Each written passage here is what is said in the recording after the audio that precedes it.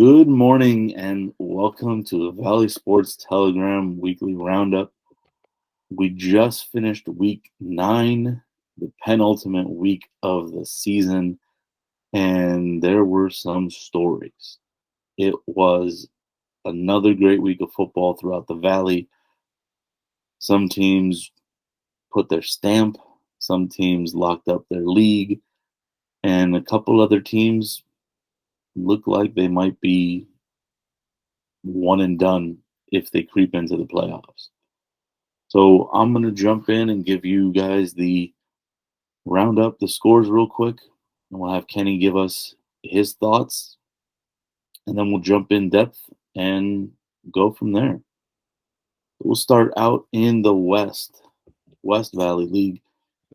Taft went into Granada, and Granada did what they've done to almost everybody this year. Granada came out 56-6. Chatsworth went into Cleveland and put up a bit of a fight, but Cleveland came out 27-6. A battle for league supremacy was Birmingham visiting El Camino at Oak Park, and this one kind of went down to the wire. El Camino had a couple chances when the score was when it was a one-score game, but Birmingham held on for the second week in a row, 27-20 this time.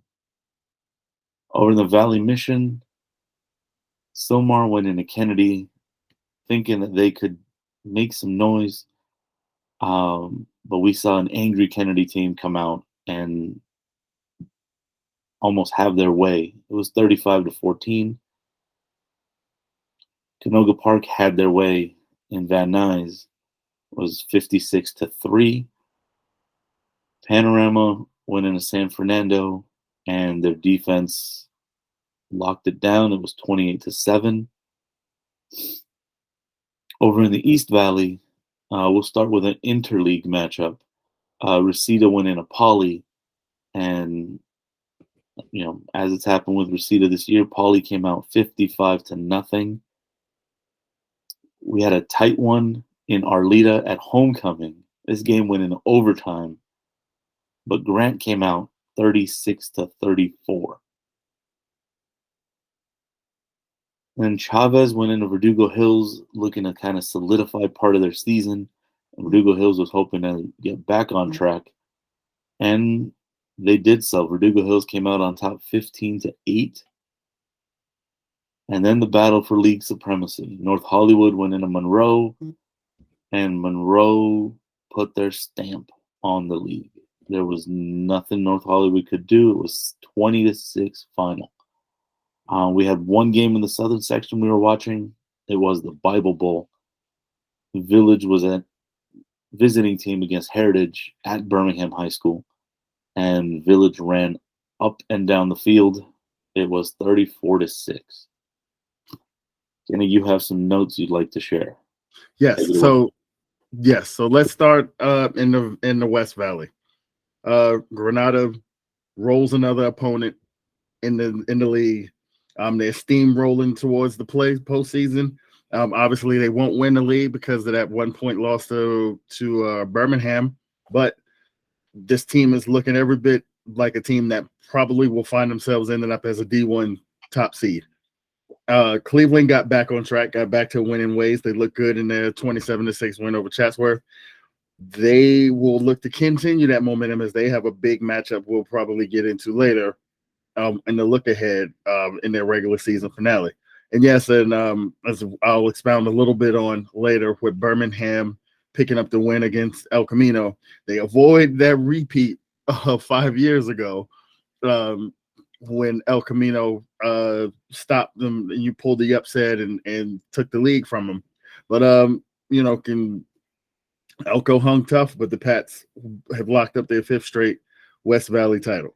Moving on in the Valley Mission, a nice win for Panorama. They moved to 8-1 on the year.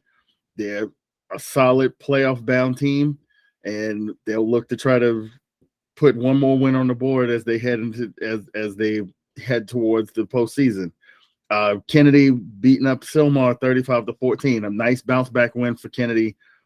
It's been a shaky couple of weeks for them, but Gabe Argott and company, they got back on track, and it was a dominant performance against the Silmar team, who didn't look bad in the game.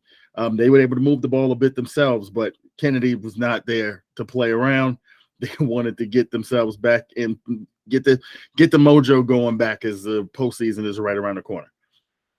Canoga Park continues to roll. They're doing what they've done the last month and a half. That's 5 straight wins for Canoga Park. Remain unblemished in the Valley Mission, and they'll look to put a bow on this league next week in their season finale. On to the East Valley. Game of the season in the East Valley, maybe in the Valley in terms of Valley football, period. 36-34, Grant ruins our leader's homecoming. Double overtime victory, a back and forth affair. Either team could have taken this game. The difference came down to in double OT. Grant was able to kind of put the game away with converting a 2-point conversion to avoid heading to a third overtime, and they notch another win in the East Valley, and they'll have a chance to finish with a 500 record next week if they can win in their season finale as well. Verdugo Hills, tough victory against Chavez. Like I said, I've been banging the drum for Chavez all season. You know what you're going to get when you play him. You better be ready for a fist fight. Verdugo Hills did what they needed to do. They made the plays when they needed to make them, and they probably get themselves off the bubble in terms of being able to be a postseason team with the win. But we'll see how things wrap up next week. Poly, another nice win for Poly.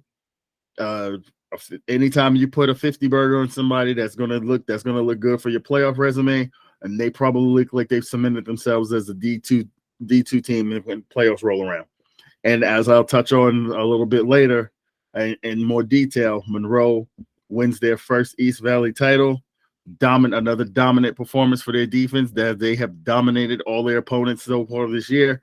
And Coach Senegal ends the drought for Monroe, and they get a league championship. And quick notes for the Southern section: obviously an impressive performance with Village Christian. They handle business against Heritage. Now that's 2 straight. And you look at recent history, this may be a precursor for a dominant run of this school, for one school over another, as they've taken turns kind of putting together win streaks against each other. This is 2 straight, so Heritage might be in a little bit of trouble. And the other game in the Southern section of note, Sierra Canyon putting a pasting to Chaminade, 49-14. A surprise to many outside of Sierra Canyon's coaching staff. It'll give them a Mission League championship, their first year as a member in the league, and it may have knocked Chaminade out of position to be an open participant in the Southern section playoffs. So we'll see going forward. And those are my notes for Around the Valley. Yeah, it was definitely a week full of some surprises and some big games. And the big game I'm going to start with is I'm going to jump right into the Bible Bowl. We touched on it, and the back and forth nature of this rivalry. Each team kind of goes on a run. Well, this is the second year for Village, like we said, but having a quarterback like Chase Everett who can just sling it as a freshman, that kind of tells you that, okay, they've got a chance to go 3 more years after this and continue to dominate. They've got a couple juniors on that team that'll be with him next year, which means the sophomores who are coming up. So then you give Everett a chance to grow and become the leader as he takes over from these seniors and juniors and becomes a junior and a senior himself. He had a hell of a game. And I'll get into the stat line a little bit, but Village came out and they weren't messing around. Not at all. They were supposed to kick off to open, and onside kick. Onside kick, they recovered. Hit the ball, Go close to midfield. First play of the game, Everett goes deep, and you got a 28-yard completion. Now they're in the red zone. And this is where I thought we got a fight on our hands because the Heritage defense stoned them. They got nothing on that drive. They went 4 and out, and you look at it and you're like, okay, this is going to be a good battle. Heritage wasn't able to really move the ball. Both teams kind of went back and forth throughout the first, no scoring, until you get in the final 2 minutes. And this is where Village said, we're taking the game. They had the ball around midfield, and Everett unleashes a 48-yard bomb touchdown. He hits Powell in stride, Jonathan Powell, and boom, 48 yards. They're up 6-0. They go for 2 and fail. Okay. But what happens next? They line up to kickoff, and they onside kick again. And it's successful again. And then they turn that into a 10-yard pass, Everett to Jag Reicher. And boom. Another 2-point conversion miss. Now it's 12-0. But they scored twice in a minute 40. Up 12-0, and now what are you going to do? Go into the second quarter and keep kind of pushing. 4 minutes in, Everett to Reicher again. This one was 17 yards. And now they're up 20-0 after Logan Everett runs in the 2-point conversion. And Logan had a hard time getting anything going against that front. That Heritage front for most of that first quarter was telling me that they were here to play. They were going to make moves. They were going to make it hard. But they couldn't get pressure on Chase. And we saw what happens when you put pressure on Chase Everett as a freshman. Aquinas did it a few weeks ago. First real pressure he felt. And they eked out the win against Village. Village could have won that game if they had a way to protect Chase Everett a little more. So fast forward now a couple weeks. There's no pressure getting to Chase Everett. Yes, the D-line is stuffing the run for the most part of the first half, but they're not getting pressure on the quarterback. And so Chase is out here making deep connections. You know, he had the 28-yarder to start the game, 48-yard touchdown. He had a 19, a 22. And he was just slinging left and right, and there was nothing that the secondary was doing to stop him. There was no pressure on him. He just kept going. It was a very dominant game, and it kind of seemed like after those onside kicks, and now all of a sudden Village is up 20-0 in the second, and it's early in the second. You're thinking, okay, Heritage is now wondering, what are we going to do? What can we do? They're in their own heads. And at this point, it seems like they're not mentally ready to fight. It was hard, you know. And just with every single play that was a chunk play, it seemed to take it out of them. And, you know, go down, getting in towards halftime, and they did it again. And this time, Chase Everett connected with Ryan DeLutri, and it was a 32-yard connection. Kicked the field goal on this one, going into halftime, 27-0. So you're feeling good. If you're Village, you're like, we're on top of this. We got it. You know, Chase had solid numbers at the first half. DeLutri was coming on. Powell had been a main target. They didn't need to turn the Jag Reicher all that much. And he's been the number one guy for most of the season for them. So come out second half, and you're thinking, okay, this is Heritage's chance to kind of respond. They try to move the ball. They don't really get anything going. And then Village gets the ball back. And now the run game is starting to break. Chunk here, chunk there. And Logan Everett breaks it for 24 yards. Boom. They kick the point. Now it's 34-0. 4 minutes left in the third quarter. So I'm going to salt the time away, get things going in terms of keeping the defense alive. Defense kept doing it. And then get the ball back. And now they were thinking, okay, if they can score kind of early in the fourth, midway through, they might get a running clock because they'll be up more than 35 and salt it away. This is when the Heritage defense got back to what they do. They had a couple stuffs of the run game, and now you got second and long, third and long, and okay, all right, Chase, third and long, make a play. He takes an 11-yard sack,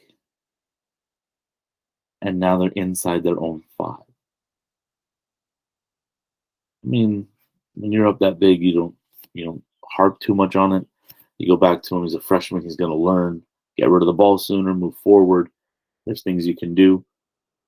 But now they're going to punt. So line up to punt. And this time, the Heritage D special teams line gets there, blocks the punt in the end zone. And their big man, I haven't talked about him enough at all about this. Brendan Cho jumps on it and touchdown. Cho was all over the place the whole game. He harassed Everett. He had 2 sacks. It seemed like anytime there was pressure on Chase Everett, it was coming from Cho. Outside of him, the line was kind of struggling, and he was there. He was all over the place.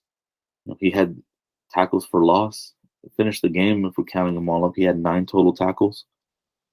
So it was his push that kind of was keeping that defense in it as far as the line goes. And going to the next, they thought they could have got the ball back after that touchdown on the pump block. They get a third and long, and you're thinking, okay, there's a little bit of time. Maybe they can get the stop here, get the ball back, get another score, make it a little respectable. No.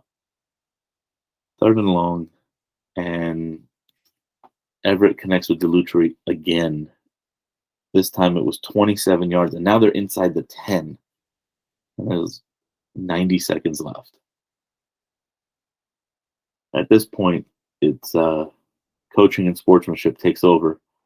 You think they're going to line up. At first, they line up like they're going to run a play. And then they kind of look around, and this is kind of a staple of Village, is they'll line up. Everett will look at coach, and they'll either go with the play or they'll tweak the play. So he looks at coach, he goes under center, takes a knee, and you're like, okay. Set up, takes the second knee, done. Village takes the Bible Bowl second year in a row.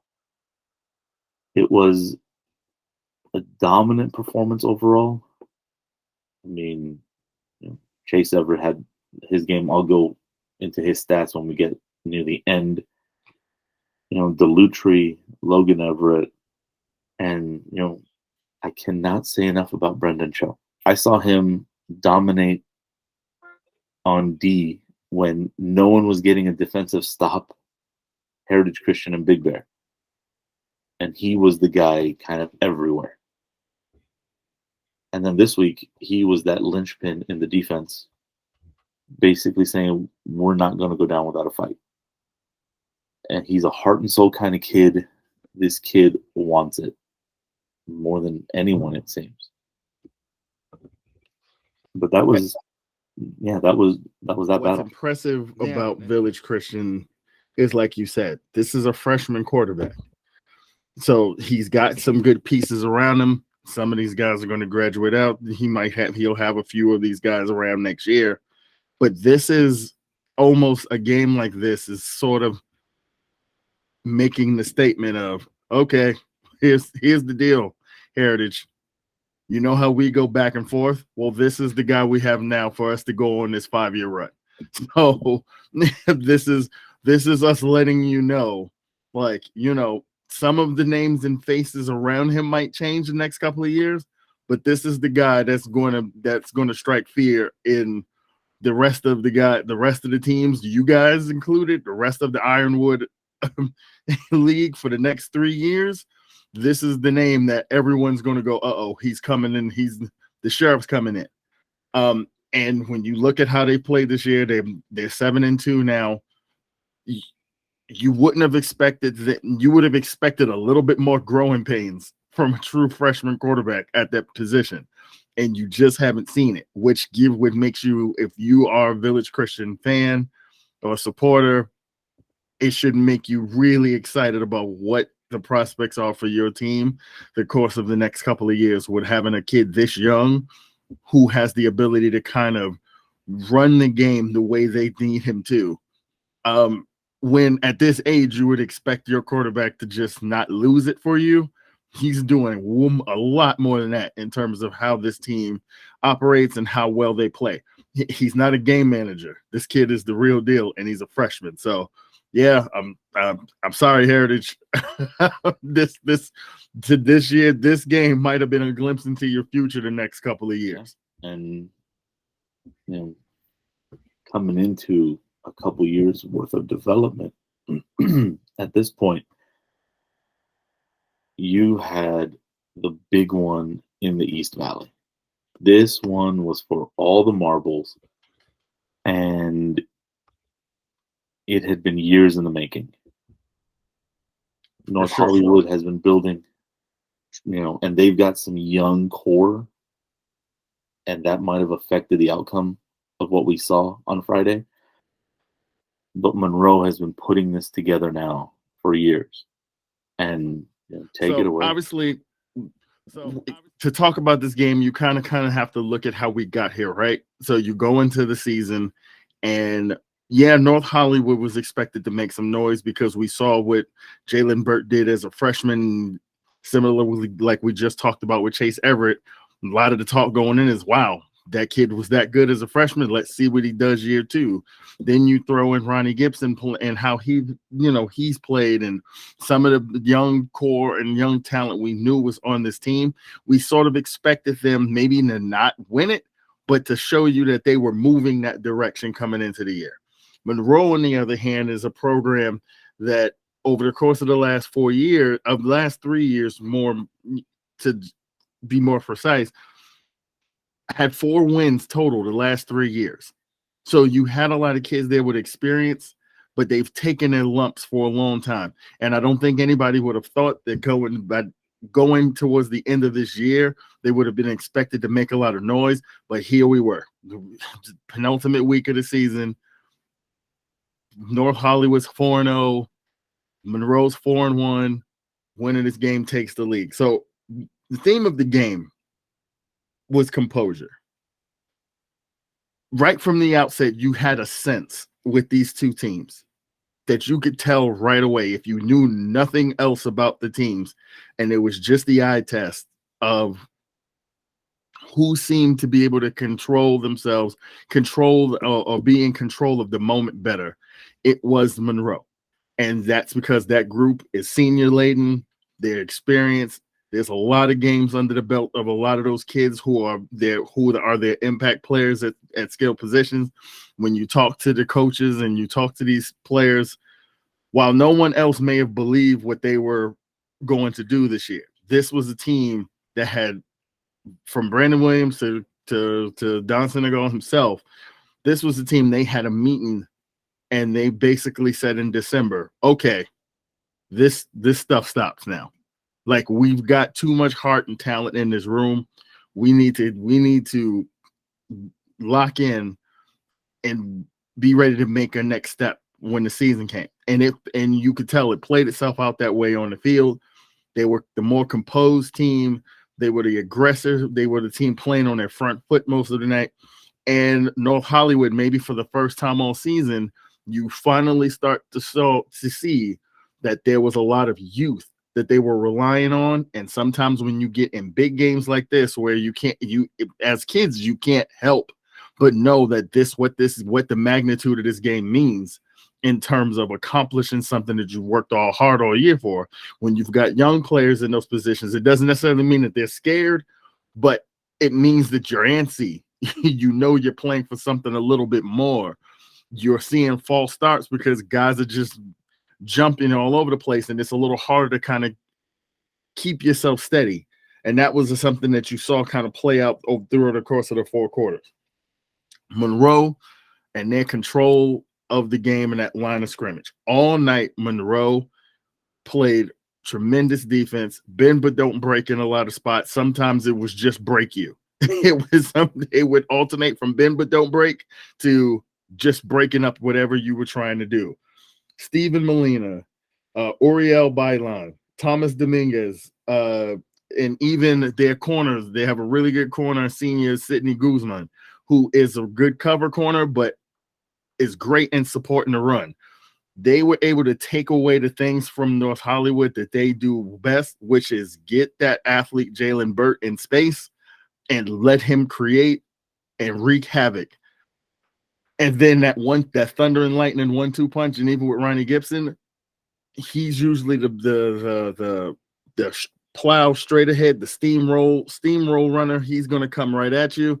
And those big guys in the middle of that Monroe front, they held their gap integrity and just would not allow the North Hollywood run game, which is their staple, to ever get out of second gear. There was just nothing to be had. They would, and that's not to say that they didn't have some success running the ball. They would pick up 5-6 yard chunks at a time when they would run the ball. But again, going back to that composure, another prevalent theme for them were how penalties were just the undoing of North Hollywood all night. They would get in 3rd and 2 situations. They would get in 3rd and short situations. They would be in 2nd and short situations because they would pick up 5, 6, or 7 yards on a run and then get a false start, or then get a holding call, or there was a personal foul. There was a block in the back. There were just mistakes. There were mental mistakes. There were mistakes that just constantly kept them behind the chains. And when you're playing against a stingy defense like Monroe, who don't beat themselves, you're not going to it's not going to put you in a position to be able to take advantage of an opportunity when you put yourself in the situation where you're constantly in 3rd and long all night.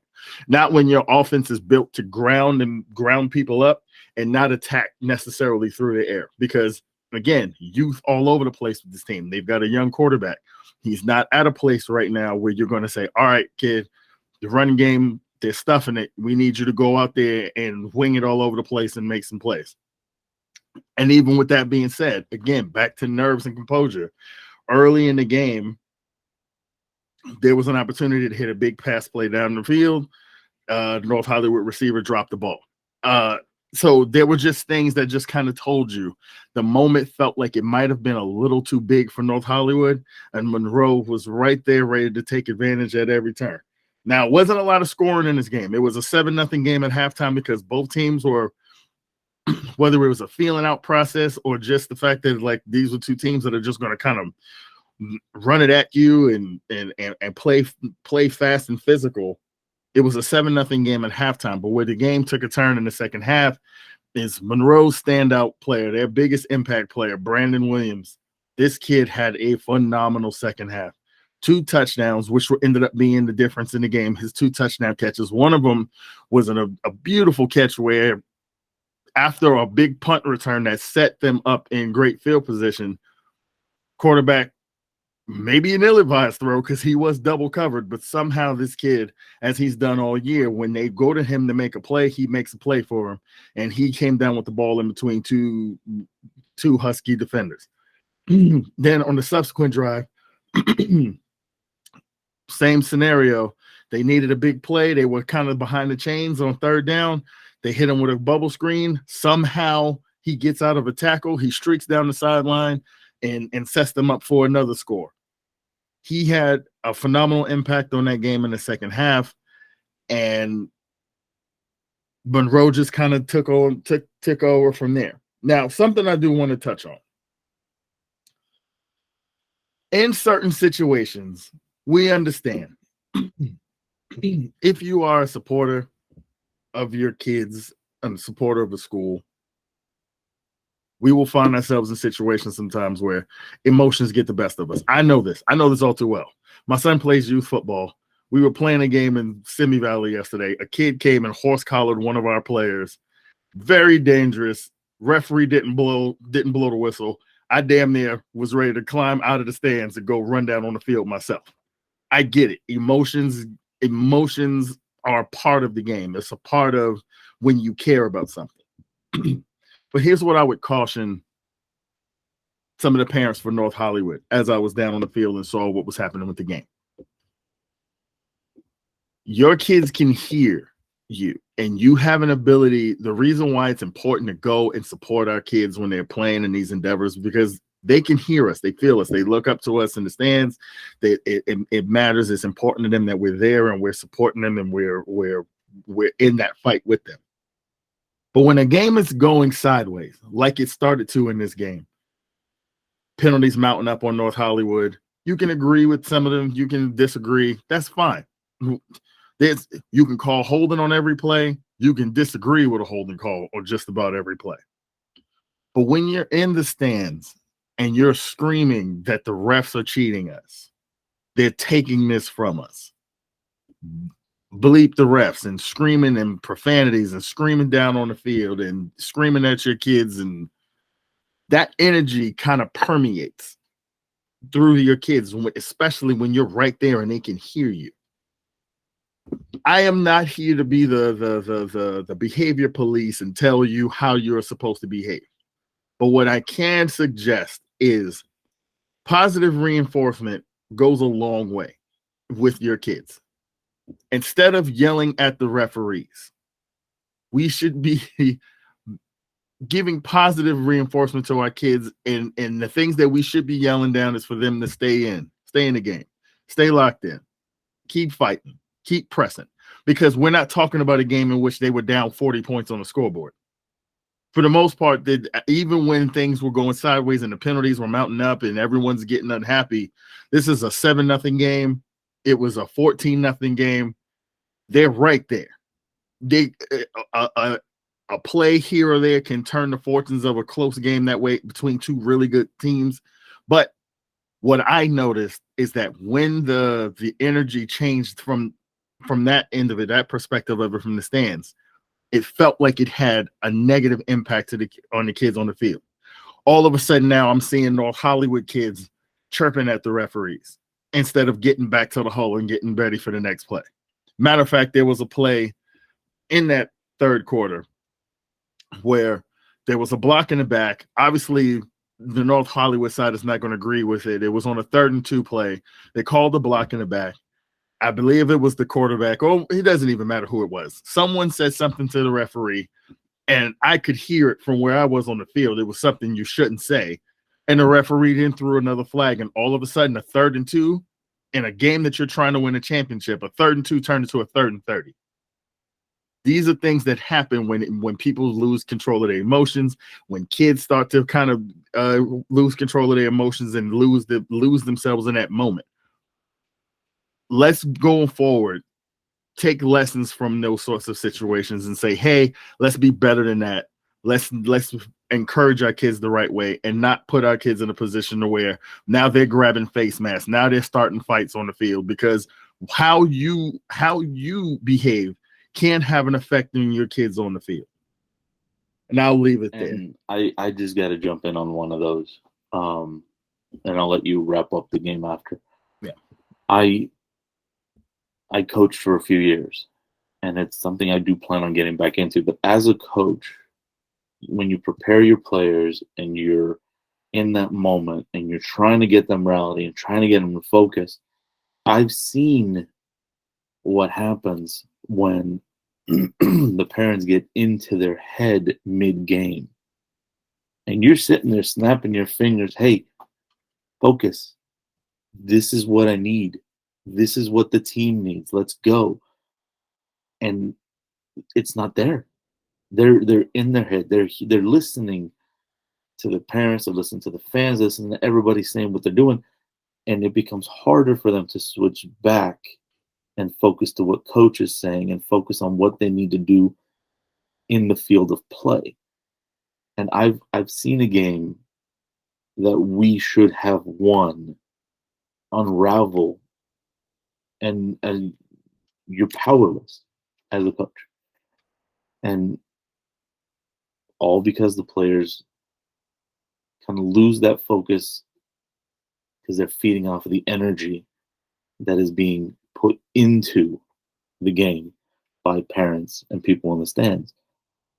And I mean, at that point, you're expecting teenagers to shut out that noise and just no. I mean, as parents, I've got a kid who's just going into sports himself. We got to be able to make sure we're not putting that kind of energy out there, because ultimately we're harming our kids and we're hurting where we want them to succeed. And we all get emotional. We're all going to have those outbursts. But we also have to understand the moment of what is happening and what kind of energy are we putting there for them to do. Bad calls happen in every game. On either side, you can take a look at it and be like, well, he blew that call and they blew this call and this. The message has to be keep fighting and fight through it. Mm-hmm. After the game, we can look back and say, okay, well, we were playing against 12. All right. But did you fight every second? Did we make it so these kids were battling for every second? So that way, when they look back, it's not, well, what do we do? And you shrug and they gave up. When you are in a position where you're fighting against the grain, you're fighting against the run of play, if you will, and how things are happening. If your kid looks in the stands and sees, and our kids are always going to look to, that's why it's important that we're there, right? They look to us for validation. They look for us for support. And I look up in the stands and it's already not going my way, and my parent is screaming that, no, they're cheating you. Well, then what's my motivation to continue to play? Because my dad just said, you guys are cheating me. I don't have a chance anyway, right? It's not going my way. You're calling things on me. It's not fair. My dad said it's not fair. Everybody in the stands is screaming it's not fair. What's the incentive in your kid to continue to fight and fight through adversity, which is what we as football parents especially are trying to, the number one lesson we're teaching our kids. Every play is a fight through adversity. Some kids are going to have it easier than others, but there are just going to be times when you're the hammer and you're the nail. And while I'm in the phase of being the nail, it helps when there's positivity coming in terms of, hey, keep fighting. We'll turn this around. That was one of the things, that was the only thing about that night that I found to be a little disappointing, is that parents have, in general, and we see it across youth sports, it's kind of a thing that kind of permeates youth sports and always has, is that us as parents, we got to be better. We have to be better with our energy. We have to be better in the way that we support our kids. We have to leave the negativity outside. And in the moment, we try to lift our kids up instead of pointing at the things that aren't going our way. And I just wanted to point that out, because I just thought that it was a disservice to the kids of North Hollywood. It was a disservice to that coaching staff with how hard that they've played and all they've accomplished this year, how successful they've been while being young, and how hard they work every week to be in a situation where it was the biggest game of the year and the support system is just be serving as more of a distraction as it is to a point of positivity to kind of help push these kids through. So, but we'll leave the negativity there. And as I put a bow on this game, no hope. Monroe wins this game 20-6, and it's cool to note that there's a bit of history here. Monroe, it's been 50 years, as I wrote in the story. You go back to the 70s, you walk around that stadium, you talk to people who understand and have a gravity of the history of that program. It's been lean in recent years for their sports programs. But people who are in that neighborhood or people who are surround that community will always tell you, go back to the 70s. Nobody wanted to play us. We were the bullies in the Valley. When you go to the 70s and the early 80s, we ran things. No one believes it because it had been so long, but it felt like when you talk to people who understood the history of the program, that this team this year felt like a throwback to those teams from the 70s and 80s and how they had the ability to maul you and stifle and strangle you and not allow you to do the things that you wanted to do to be successful. And yes, is every game going to be beautiful? Is it going to be high flying offense? No. But at the end of the day, what counts? What counts is getting W's. And this team has an 8-win regular season, something they haven't done in a long time. And now they've got an East Valley title to hang in that locker room. And talking to Coach Senegal after the game, he was very poignant in pointing out, the work's not done. They're going to go to the playoffs, and you let the chips fall where they may when you get there, because everybody knows playoffs are about matchup, styles make fights. You see where you go and you try to do what you can to try to win the city championship. He said, but in this moment, they'll never take that away from these kids. These kids who have been here suffering through the losses, trying to build back up a program to respectability, putting in the long hours, putting in the work. He's like, and it goes back to December when we really started to focus and prepare for this season. It was all for nights like tonight. And he was like, they'll never take it away from those kids. When they come back here 20 years from now, they'll see that championship banner in there and say, hey, we did that. So it was great. And just to kind of touch on that defense, an absolutely stellar regular season for that Monroe defense. When you look at what they did to their opponents this year, no team they played against scored more than 14 points in a game. That was no team scored more than 14 points. They had 2 shutouts. They had 2 opponents that they held under 7 points. They averaged their defensive points per game were 8.6 for the season. And if you want to say, oh, well, okay, look at the top end talent in the West Valley or the Valley Mission compared to the East Valley. Okay, fine.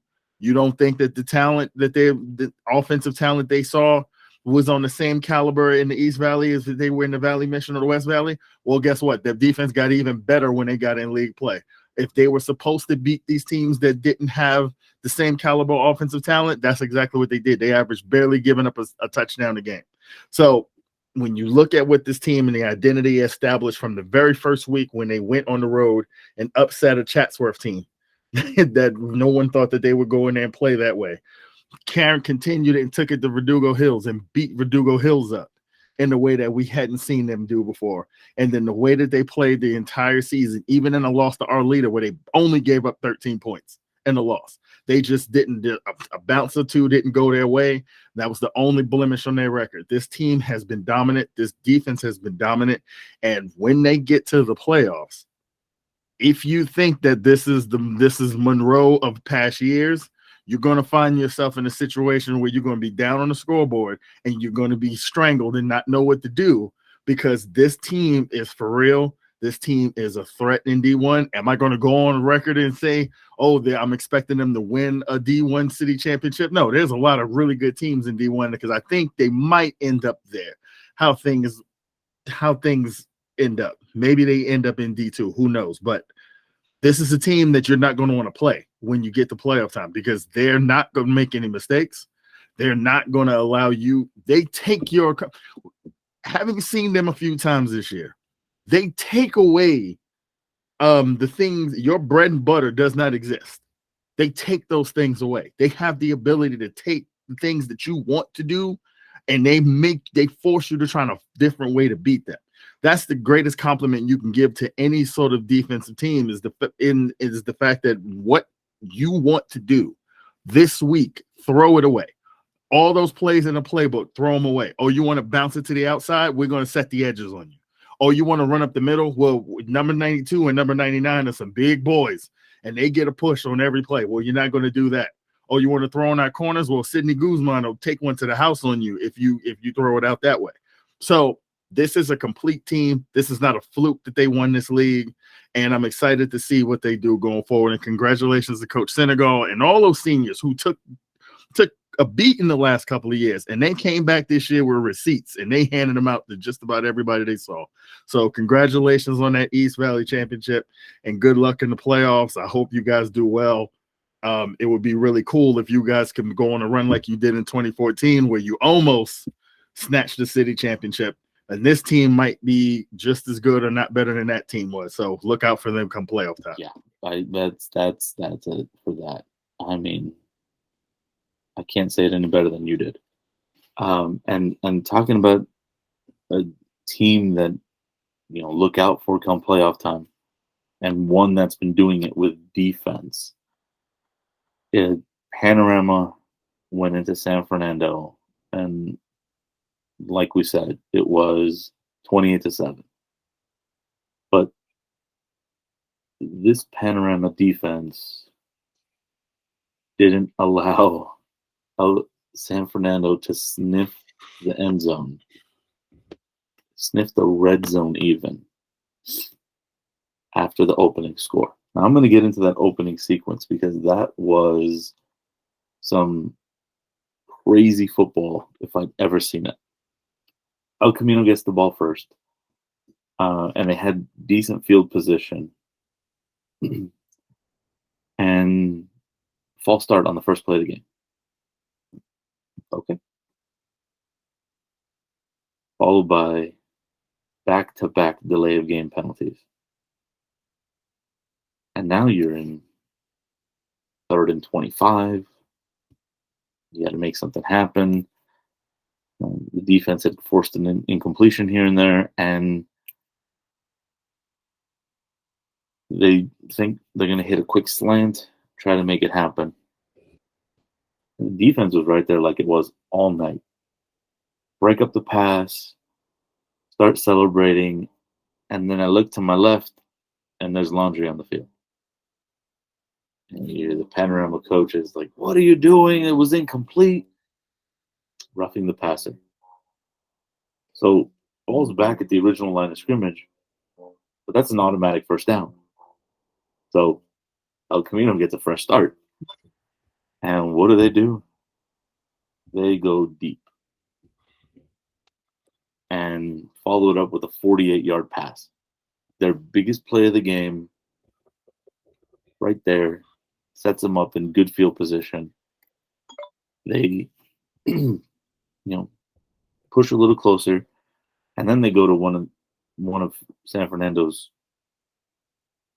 basically a bread and butter play, to use your words right now. A halfback pass. Quarterback pitches to the halfback. He takes 2 steps, gets set. Boom. So opening score, touchdown,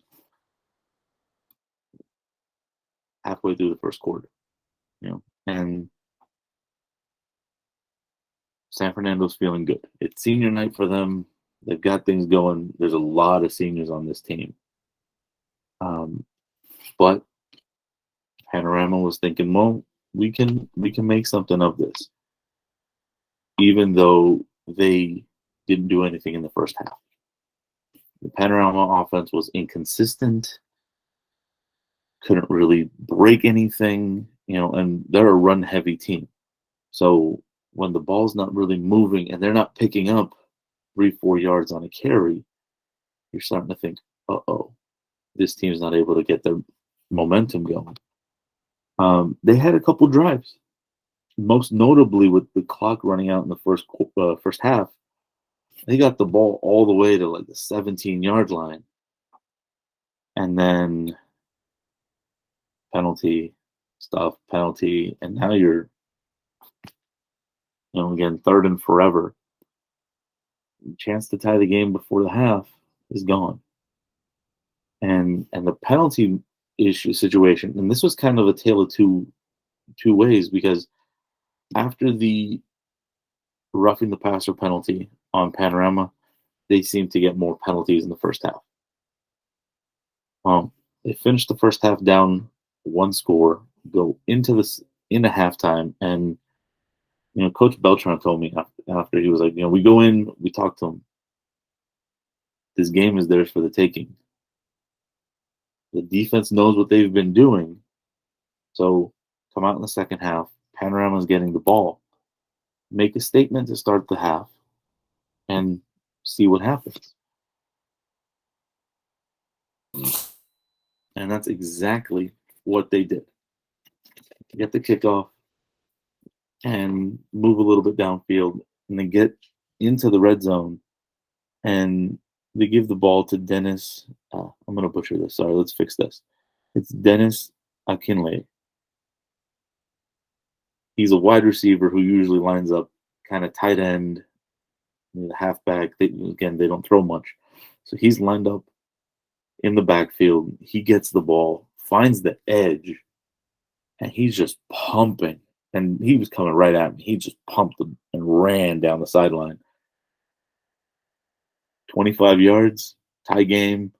Panorama's in business. They're feeling good on the sideline. And San Fernando at this point is probably thinking, okay, well, we're going to get the ball back. Let's try to make something happen, move the ball. No. They come out on that very drive. They look to the right on a bubble screen, not their traditional screen with the halfback. Throw the ball in and intercepted. Linebacker's right there. He jumps the screen pass and secures it deep at this point in San Fernando territory. And Panorama does what they're supposed to do. They march the field a little bit here, get the ball to Justin Pacheco. Pacheco's been their go-to number one back all season. And he's been a leader. This kid's been there for 4 years. Get the ball to Pacheco, he goes 5 yards. Quick little score, and now they're up 14-7. They missed the kick, 13-7. Okay, San Fernando can still respond and get the ball back. They make a couple moves, get a first down, and then they try to go deep. And this was an interesting one, because when I saw the ball go deep, I'm looking at the corner. I'm like, he's out of position. This is going to be a deep ball.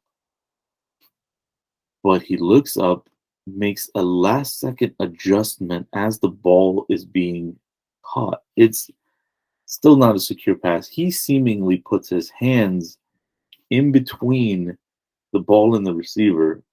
They go down and tussle, and he comes out with the ball. Fight for it. And what does Panorama do? They turn that into another rushing touchdown. This time it was Adam Pena. He went 20 yards after they marched the field a little bit. And 2-point conversion was good this time, so now it's 21-7.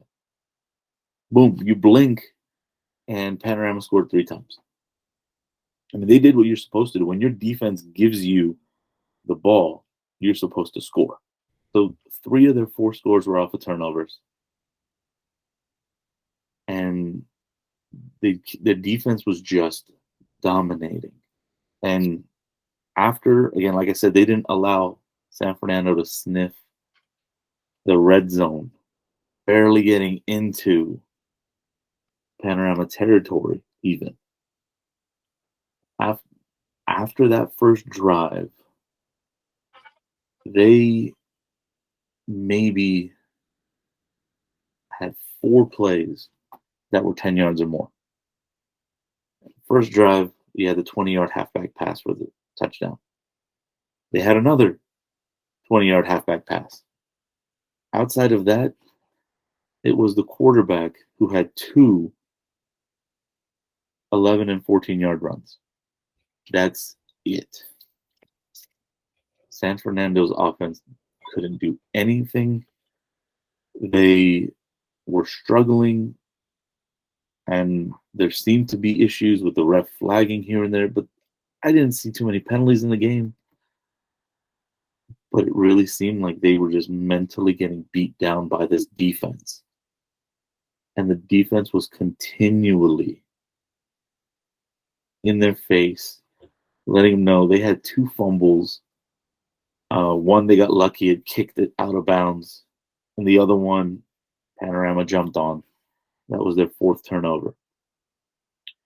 And back on the defense, Coach Beltran, he told me, he's like, this is how we win. Our defense sets the tone. Our offense and special team feeds off of it. It all starts there. And then he paused and he made sure I had a couple words with the defensive coordinator and the D head coach, Eric Peraza. He was very deflective, kind of trying to put the praise on his kids, but when you've got a coach who's setting up that defense, they've got to get that praise too. And Peraza had that defense humming all game. And they shut it down. There was nothing else to be done. And, in the 4th quarter, they had the final score, which, again, that one came off of the fumble. And it was comprehensive at that point. It was 28-7. Nothing San Fernando could do. They tried to march the field, and they actually had one of their 10-plus yard plays coming at the end of the game where it was inconsequential, didn't mean anything. So, kudos to Panorama. They're looking really good as far as where they would sit right now in the playoffs. They've got a big game next week, which we'll talk about coming up in a little bit. But that was a great game for them. Yeah, and just to kind of piggyback off of that, the thing that's impressive and cool to see from Panorama's perspective is, compared to a lot of the other programs in the Valley, they are babies. This school, this program has been around for 15 years, so everything they do is history building for them. And when you look at what happened to them last year, where they were this close to that D3 title, they lost to Taft by a point in the D3 championship. I guess it shouldn't be a surprise that there would have been a focus this year with this squad, with this group coming in. And like you said, with Pacheco kind of being their leader and knowing how close they were to getting that city championship and really being the stamp to say we were the first to accomplish something major in a young program. So there's a hunger here with this squad. You see it. They kind of remind you, they're very similar to Monroe in terms of, like, it's a machine here. Like, they have an identity. They're going to play tough on defense. They've done it all year. Comparatively speaking, when you look at what Canoga Park has done in the Valley Mission this year, to their opponents. Now, granted, Corey Rell put up well over 200 against them, but compared to everyone else, when you look at Panorama's defense, the fact that game was 19 was, I can't remember the score, but compared to everybody else, Canoga's run everyone else out of the building. They had to fight in that game with Panorama. And you can make the argument, when I went back and I watched a lot of the film from that game, that a couple of things break different. That might have been a 1-score game, a nip and tuck game all the way down to the wire between the Hunters and the Pythons. So that's a legit 8-1 squad. And when you watch them, you see that there's no fluke here. This is something they're building, and they're continuing to build. They're building something that you might really start having to take a closer look at in the Valley Mission in the next couple of years, of them becoming having a chance to become stalwarts at the top of that league and not fighting near the bottom. Because now this is 2 years in a row where this team is showing you that we've got something here. And now to be sitting at 8-1 with a chance to finish 9-1 and a chance to finish second in the Valley Mission and have some momentum going into the playoffs, it's exciting to see where this team goes from there. Like I said, they got very close to a city championship last year. They're not going to accept anything less when they get into playoff time this year. One last thing, as you're talking about the history and what they've done, Coach Beltran told me before the game when we were catching up, looking at his team and talking about kind of the growth of some of his players. He said, they kind of turned the corner as a program when they scrapped the JV team, because in the entire program they had maybe 40 kids. And he was like, how am I going to teach everybody and have proper growth? The varsity is going to get stomped. There's not enough numbers on either side. So when they just made it one varsity program, now they're able to focus and build and grow. And I mean, yeah, we would love for them to have 60 kids in that program and have a varsity and a JV, but the reality is they don't. And the decision that he made to put the team like this a few years ago has really set them up, and you can see the growth that these kids are having year over year. And it's exciting to watch. They flew under the radar for a lot of people, but they're a legit 8-1 team, completely legit. And I'm gonna roll that right into another legit one-loss team in league. El Camino was hosting Birmingham, and that was our game of the week. Kenny, you had a chance to kind of catch up on it. So this game played out exactly how you thought a matchup between these two teams would go. They were going to go to use that phrase, their bread and butter. And when you're talking about Birmingham versus El Camino, you're talking about the ground attack, a mauling ground attack that's going to come at you for 4 quarters versus a team that exercises a bit more balance in their attack, but they love to go through the air. They got a quarterback who can throw it all over the place. He's got playmakers and weapons he can get the ball to, and that was the matchup there.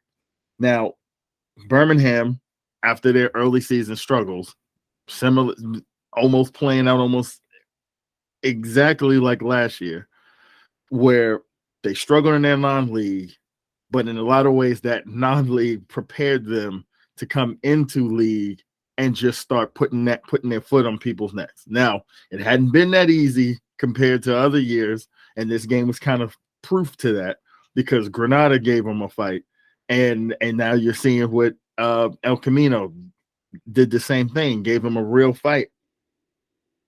The biggest takeaways from this game, obviously, Peyton Waters is legit. That kid, whereas Arliss Bordenham, there was some question of like, would they replace a kid who was so dominant for them, who, went D1 and went to Florida. But Peyton Waters has stepped in and said, no, we're okay. We are just fine. There's no drop off. This offense is still humming, because when you put the ball in my hands, I'm going to take us to the promised land. And in a game in which there was a back and forth fight, El Camino proved to me that they were legit, and how much I've talked about them this year, because Birmingham had a couple opportunities where they could have kind of broke the game open, and Elko kind of held firm and stayed in the pocket, and they kept the game to a 2-score game. They got it down to a 1-score game, and then Peyton Waters does what Peyton Waters has done for Birmingham all year. Okay, are we in the game? Maybe we aren't, because I'm about to take this ball and I'm going to go 80 yards. We're going to break this thing open. And it ultimately ended up being the game-winning score. Elko tacked on another score to kind of get it back to 27-20. They gave Birmingham a real scare in this game, but Birmingham went on to hold and take the win, and essentially lock up the West Valley heading into the final week. But again, can't sing the praises enough. We know who Birmingham is. We don't need to wax too poetic on them. the proof for them at this point, with this being their 5th straight West Valley championship, the proof in the pudding for them, even from their perspective, more than likely, is that this is cool. We've won the West Valley again. At this point, we're expected to. For them, it's going to be, what are they going to do when they get an open? Are they going to be able to defend that open division city championship, and kind of keep that crown of being the kings of the city? To me, the bigger story coming out of this is when you look at El Camino and you look at that quarterback and you look at that big tight end, Jake Shirley, who had an absolutely ridiculous catch at one point in that game. And Drayden Fowles and some of the young talent they have. This was a game to me that almost rang like a statement of, this is not just about this year. Okay, they got us this year, but you wait till you guys see us again next year. We're only going to be better. And they've gotten better as the year has gone along. They had some growing pains early in the year, and the lead up to league play. And then when they got in league play, this was their first loss in 5 weeks. They were on a 5-game win streak before they dropped this one. This team is building something that you can tell that next year, again, the question will be, can anyone challenge Birmingham for this title? And their name is going to be right at the top of that list. I think they're going to take confidence with how they played this game against Birmingham. I think they're going to take confidence in the fact that all season long they've been displaced because of issues with their home field that they haven't been able to play, and they've played the entire season on the road, and they're still sitting at 5-4 and an absolute threat when they get in playoffs to take a city championship. So those are the big takeaways from that game. Birmingham is legit. We'll see how they roll when the regular season wraps up and when they get in the playoffs. They still got a tough one next week. We'll get into it in the look ahead. But El Camino also proved that they are for real. That 3-1 in the West Valley is legitimate. They play Birmingham tough. They've beaten everybody else they've seen so far, and that team is building something for the future. Yeah, and there's a lot to look forward to there. And there's programs that have shown us throughout the year that they're ones to keep an eye on. There's good things happening, and there's a lot of kids just showing up, flying under the radar, and making magic happen. And that's going to bring me right to our player of the week. For this, I couldn't narrow it down to one. We looked at all the games we had access to, and ultimately for me it was that Panorama defense.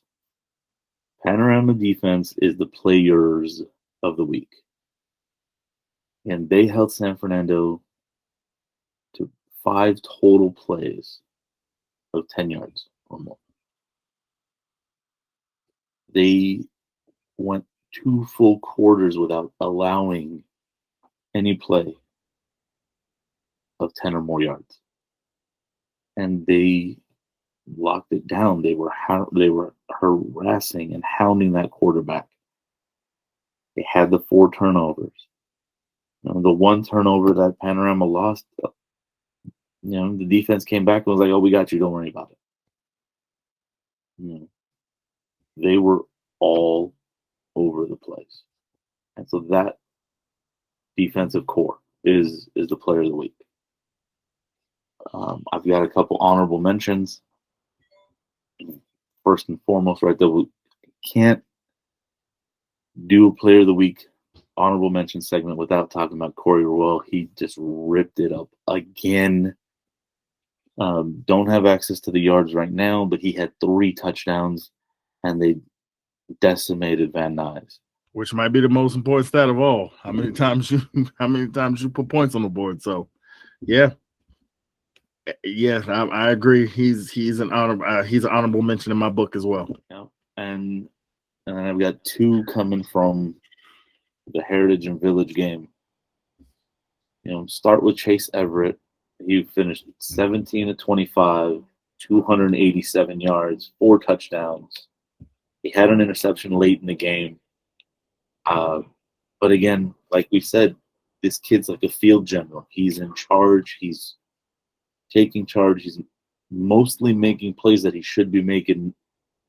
Yes, he gets freshman happy feet, but when it comes to the point of making plays against the defense, he should be making plays. He's doing it. And the last honorable mention that I have, I've seen this kid 2 weeks in a row now, and each time I saw him, I was blown away by his motor, by his hustle. He just doesn't quit, and he harasses everything. He's the one who makes this defense go. Brendan Cho from Heritage Christian. Like I said, he finished with 9 total tackles. He had 2 tackles that were for loss, 2 sacks. He had a pass defended at the line that I think if it broke the other way, he might have been able to tip it and catch it. And then he jumped on that touchdown. You know, he was in on the block. Might not, I couldn't see if he got his hand on it, but he found the ball. He got the touchdown. He basically is that motor for that defense. And this kid, if he plays somewhere next year, they're going to get a genuine leader, a guy who leaves it all on the field. Can't say enough about this kid. He is legit. And I've got a couple honorable mentions I want to throw in there as well. Obviously, we talk about Birmingham, and like I just mentioned, this kid's name when we going through the game. When you look at Birmingham this week, and quite frankly, when you look at the fact that they're 4-0 in the West Valley in the 2 games that they lost, the 2 games that their 2 toughest games against Granada Hills and El Camino, the team sitting in 2nd and 3rd, Peyton Waters has been the difference. Peyton Waters was the difference in this game. He allowed them to put the game away. He made plays from when they need it, he gives them what they need in the moments that they need it, and it was how they were able to take down El Camino, and quite frankly, it was how they survived that 1-point game against Granada Hills. When it looked like Granada might have had a chance to really kind of open the game on them, Peyton Waters will make a play and get them back in it, and he did the same thing this weekend against El Camino, and you take Peyton Waters off the field, El Camino might have been able to find a way to win this game. And from the game that I covered from Monroe, that Monroe defensive front has to get an honorable mention. Oriol Bailan, their middle linebacker, I don't think he missed a tackle all night. He was everywhere for that defense. He was kind of a stopgap. Even if Jalen Burke broke the first tackle, number 40 was coming to clean it up, and the play ended right then and there. That defensive front got to push all night long, so they're going to get honorable mention. And also Brandon Williams, when your team, if you are going to accomplish in football exceptional things, you need to have an exceptional team, and in order to have an exceptional team, you need to have exceptional players. And this kid has been a stalwart and a standout and an impact player for them all season. And when they needed him the most in a game, they needed someone to make a play to kind of cement a league title for him. This kid had 2 touchdowns in the second half. He had 1 incredible touchdown where he went up between 2 defenders and took a touchdown, brought a touchdown in that extended the lead. He had a big punt return that set them up for a score.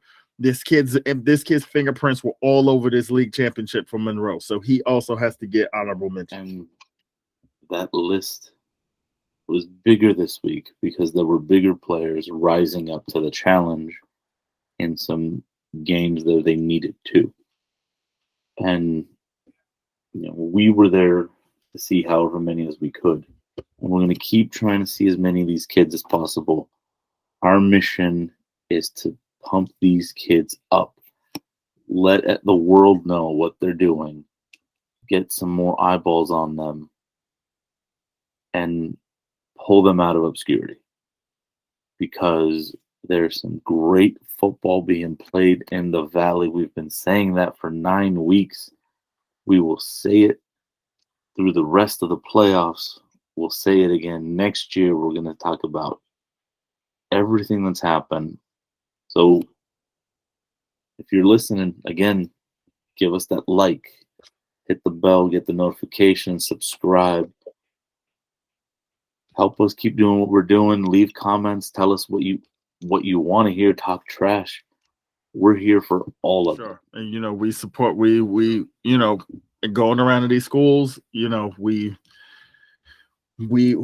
get this, we've experienced the support, and people are recognizing what we're doing, and we appreciate all the love that we're getting. And if you're watching this video, just leave like Arshavir said, just leave a like, subscribe, leave some comments, and continue to check back in with us, because like I said, this isn't going to stop. This is not a fly-by-night thing. We are here to cover our kids in the Valley and make sure that they get the shine that they deserve. So thank you all for watching and listening to us.